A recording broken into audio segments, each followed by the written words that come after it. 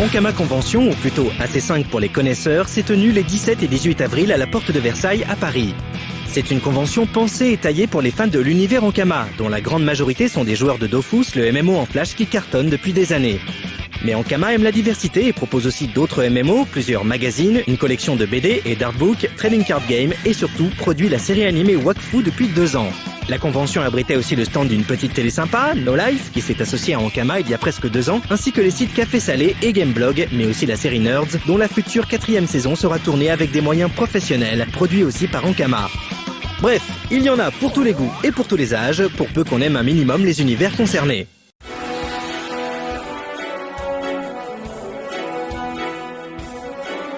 Dofus Arena est en quelque sorte le pendant stratégique de Dofus. C'est tout simplement un tactical qui se passe dans le même univers et qui permet aux joueurs de se concentrer uniquement sur le combat et la stratégie.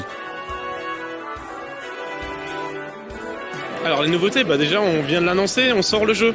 Parce que ça fait 4 ans qu'on le développait, puis on s'est dit tiens un jour on va le sortir. Donc là 21 juin 2010, on sort le jeu. On a amené plein de nouveautés en fait. Un nouveau mode qui permet, un tutoriel qui permet de découvrir petit à petit le jeu. Et pour les joueurs qui essaient de se lancer dans le jeu et qui voyaient les 120 sorts, les 120 équipements, c'était un peu trop. Et là vraiment, on le voit sur le stand, d'ailleurs on voit que même les plus jeunes arrivent enfin à jouer au jeu, donc pour nous c'est nickel quoi. C'est la plus grande nouveauté pour moi. Maintenant il y en a plein d'autres, mais voilà, c'est la plus importante. En fait, le truc, c'est qu'on a aussi annoncé du cross-gaming avec Dofus. Tu vois, donc maintenant, sur Dofus Arena, tu pourras gagner des items pour Dofus. Et donc, ça a apporté plein de nouveaux publics, tu vois, qui se sont dit, tiens, on va tester Dofus Arena. On a des super bons retours parce qu'ils arrivent, ils testent notre tuto, ils marchent bien. Donc, franchement, on est super contents là-dessus, quoi. Le stand Dofus était cette année encore le plus fréquenté. Il faut dire que la communauté est gigantesque. Les chiffres sont démentiels. Plus de 30 millions de joueurs enregistrés, dont 3,5 millions qui sont actifs. C'est pourquoi Ankama tient à leur proposer quelque chose de nouveau pour chaque édition de la convention. Donc là on est sur Dofus Free Ghost, c'est le prochain add-on entre guillemets du MMORPG Dofus. En gros c'est une nouvelle zone à explorer assez haut niveau pour donner un défi aux joueurs.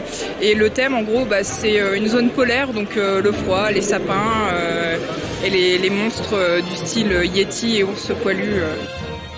Free Ghost, en fait je la découvre actuellement et elle a l'air assez péchue, assez hard, mais je pense que ça demande à découvrir seulement et puis on verra ce que ça donne ensuite. Ça m'a l'air de taper bien fort et les petits monstres qui soignent, les petits bouffetous des glaces là qui soignent bien fort aussi, ça m'a l'air d'être sympa. Mais ils ont l'air plutôt contents. Pour l'instant, on a assez peu de retours. On sent qu'ils sont en plein test. Peut-être que demain, on aura plus de retours. Pour l'instant, ils trouvent ça joli. On a entendu ça à plusieurs reprises et on voit qu'il y a un vrai défi et ils prennent plaisir à se confronter à cette nouvelle difficulté. Le petit frère de Dofus, c'est Wakfu, un Meporg toujours en bêta et étroitement lié au dessin animé diffusé sur France 3.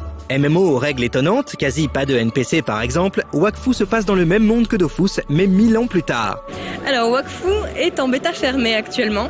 En fait, un certain nombre de joueurs ont accès à la bêta, un nombre assez important, pour encore plusieurs mois de développement avant une potentielle release du jeu qui se fait attendre depuis quelques années, mais qui se profile clairement. Depuis 1 an, on a fait pas mal de progrès. On est passé de 4 classes à la dernière convention à 9 aujourd'hui, donc il reste plus que 3 classes manquantes pour arriver au but. On a aussi agrandi considérablement la zone de jeu. Et là, ce qu'on présente notamment aujourd'hui, c'est le tutoriel en fait du jeu qui incarne une zone d'apprentissage dans laquelle on peut revenir régulièrement et qui nous apprend un peu toutes les ficelles du jeu.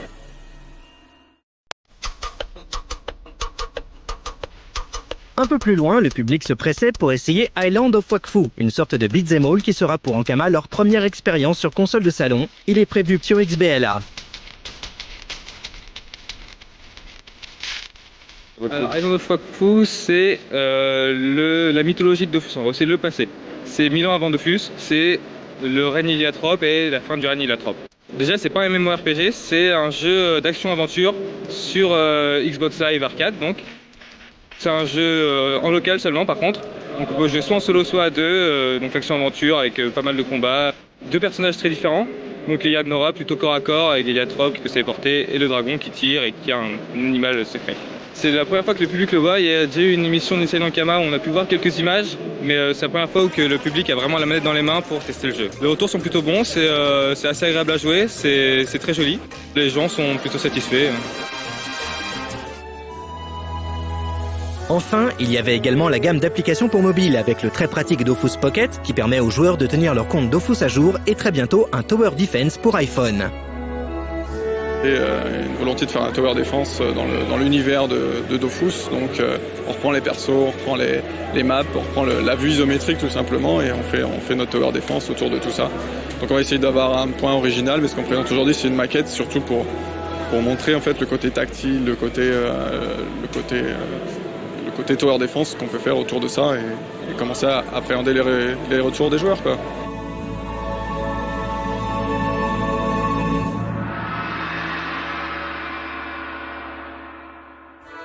Il y avait aussi le mystérieux Slage, le premier hack and slash d'Ankama, révélé par une idée amusante sur le web, puisque les joueurs étaient invités à slasher un malheureux tofu 3 millions de fois pour découvrir l'annonce du jeu. Quelques images ont été montrées discrètement dans une pièce fermée de la convention, on en saura plus très bientôt.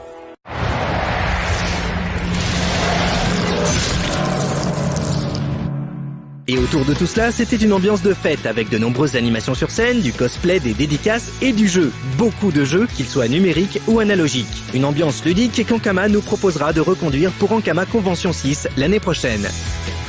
Bonjour, alors depuis combien de temps tu joues à Dofus ? Depuis au moins 2 ans. D'accord, et qu'est-ce que tu fais dans la vie ? Je m'occupe d'une petite chaîne de télé qui s'appelle No Life. Et là, en ce moment, tu fais ? Le cadre. Merci.